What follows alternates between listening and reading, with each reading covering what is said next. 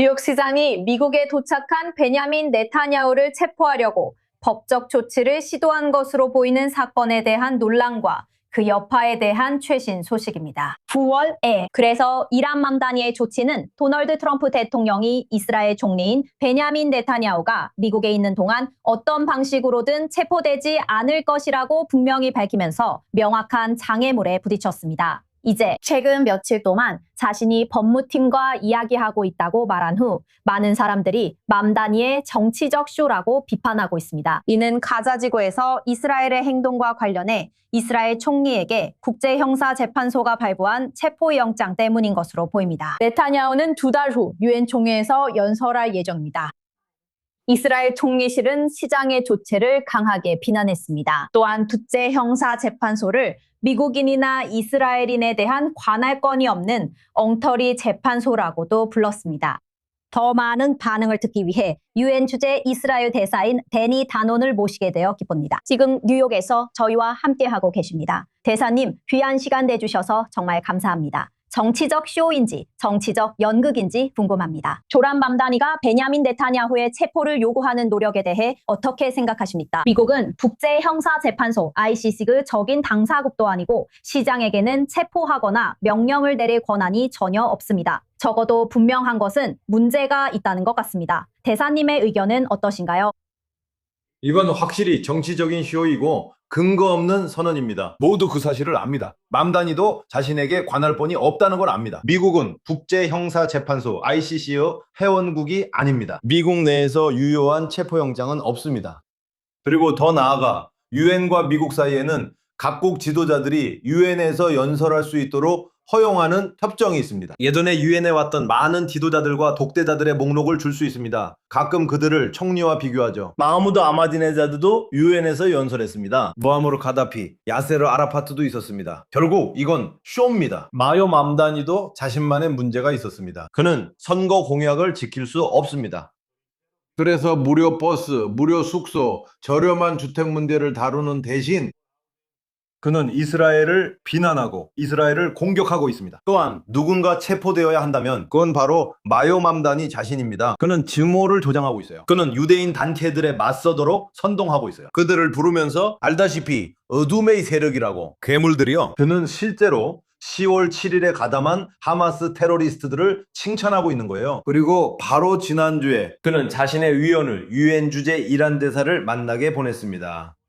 마지막 순간에야 이 회의는 국무부에 의해 취소되었습니다.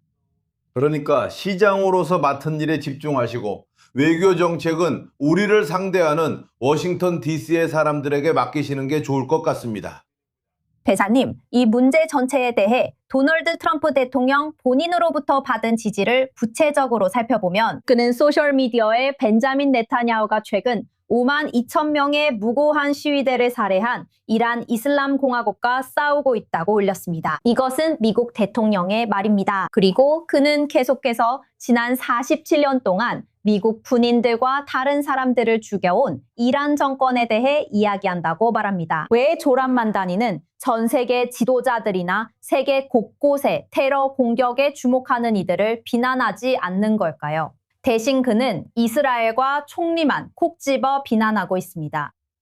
글쎄요, 왜 그가 그렇게 하는지 직접 물어봐야 할 겁니다. 아시다시피 안타깝게도 어떤 사람들은 그가 선출된 후에는 사용하던 증오 발언을 그만둘 거라고 생각했지만 그렇지 않았습니다. 그는 계속 그렇게 하고 있습니다. 그리고 아까 말씀드린 것처럼 그는 사실상 미국의 적들과 교류하고 있습니다. 저는 그가 이스라엘을 대표하길 기대하지 않습니다. 우리는 그를 원하지 않습니다. 우리는 그가 이스라엘을 대표할 필요도 없습니다. 하지만 그는 실제로 미국의 적들과 교류하고 있습니다. 그리고 저는 많은 미국인들이 뉴욕 시장이 이란인들과 편을 먹고 미국 국민과 우리가 공유하는 같은 가치를 지키는 민주주의를 공격하는 모습을 보고 화가 났다고 생각합니다. 정말 부끄러운 일입니다. 저는 그게 보여주기식 행동이며 아무 결과도 없다는 걸 압니다. 어제 저는 총회에서 연설을 했고 동료들에게 말했습니다. 여러분께 전할 소식이 있습니다. 네타냐후 총리가 9월 이 건물에 올 것입니다. 그는 이 연단에서 연설할 것이고 시장이 뭐라고 하든 이스라엘이라는 나라를 지킬 것입니다. 그럴 수도 있겠죠, 대사님. 그런데 대사님은 이런 보여주기식 행태가 사실 여부와 상관없이 얼마나 피해를 준다고 생각하시나요? 언론의 헤드라인은 이스라엘에 집중되어 있고 뉴욕 내부의 문제나 그런 사안들에는 집중하지 않고 있습니다. 전 세계적으로도 마찬가지입니다.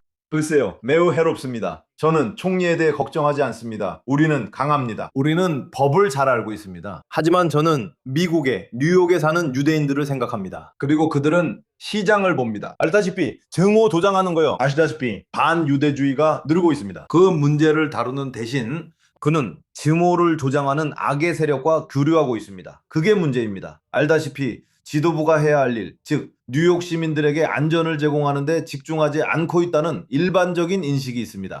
저희도 지켜보겠습니다. 매우 불안한 상황입니다. 시간 내주시고 의견과 통찰을 나눠주셔서 감사합니다. 데니 타난 대사님, 뉴욕에서 생방송 연결해 주셨고 런다운에 함께 해주셔서 감사합니다. 정말 감사합니다.